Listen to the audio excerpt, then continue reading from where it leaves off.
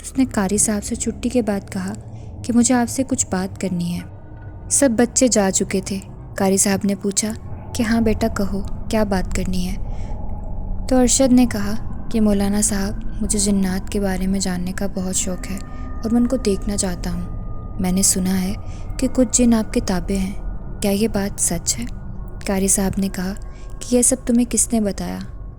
تو اس بچے نے کہا کہ مدرسے کے سارے بچے یہ بات کہتے ہیں کہ آپ کے پاس جن ہے۔ تو انہوں نے کہا کہ بیٹا، جو کچھ تم نے سنا ہے وہ سچ ہے، اور اگر تم بھی ان کو ملنا چاہتے ہو تو میں تمہیں بھی طریقہ بتا سکتا ہوں، مگر اس کے لیے ایک شرط ہے۔ ارشد نے شرط پوچھی تو مولانا صاحب نے کہا کہ تم یہ سب کسی کو بتاؤ کہ نہیں کہ میرے پاس جن تابع ہیں، کیا میں نے تمہیں طریقہ بتایا ہے؟ اس نے کہا کہ یہ تو سب جانتے ہیں کہ آپ کے پاس جن ہے۔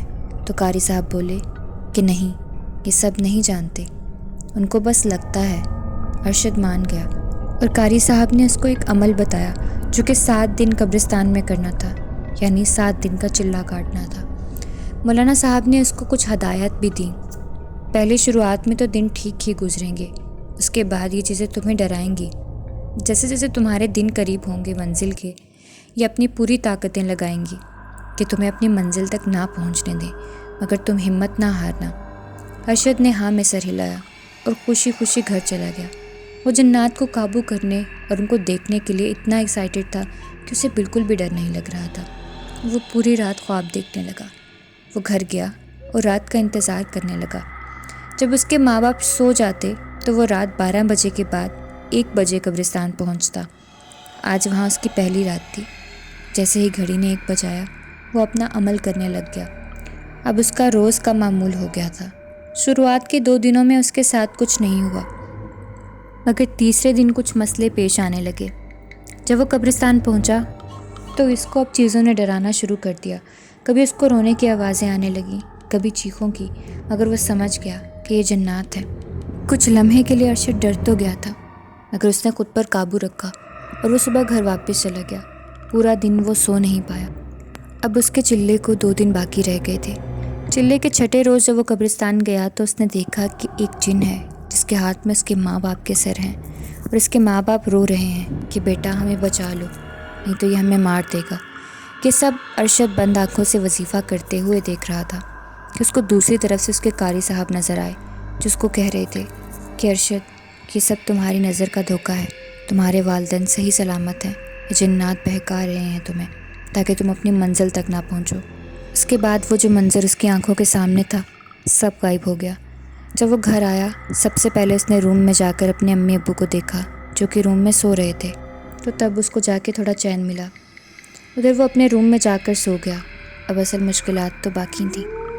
اب ارشد جب آخری رات وظیفہ کر رہا تھا کہ اچانک سب کچھ خاموش ہو گیا۔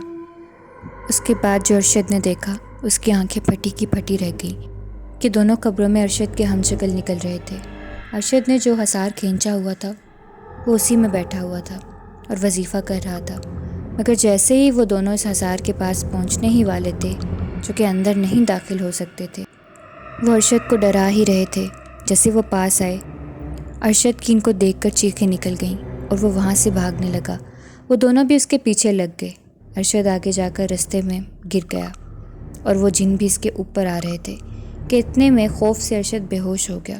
جب اس کی آنکھ کھلی تو وہ اپنے گھر پر تھا اور اس کے جسم پر کچھ چوٹ کے نشانات بھی تھے جو اس کو وہاں سے بھاگتے ہوئے لگے تھے، اور کچھ ان جنوں نے بھی مارا تھا۔ وہ پوچھتا ہے کہ میں بچ کیسے گیا، تو وہ دیکھتا ہے کہ سامنے اس کے قاری صاحب کھڑے ہوتے ہیں اور وہ کہتے ہیں کہ میرے موکل یعنی میرے جنات نے مجھے بتایا کہ تم مشکل میں ہو، ان کو میں نے تمہاری حفاظت کا ذمہ دیا تھا۔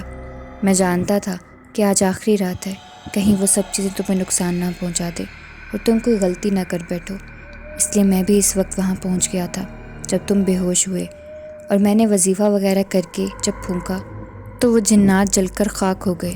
اس کے بعد ارشد نے اپنے قاری صاحب کا شکریہ ادا کیا اور توبہ کی کہ آگے سے کچھ بھی ہو جائے وہ کبھی بھی ان چیزوں کو نہ چھیڑے گا، نہ ان کو دیکھنے یا قابو کرنے کے بارے میں سوچے گا بھی۔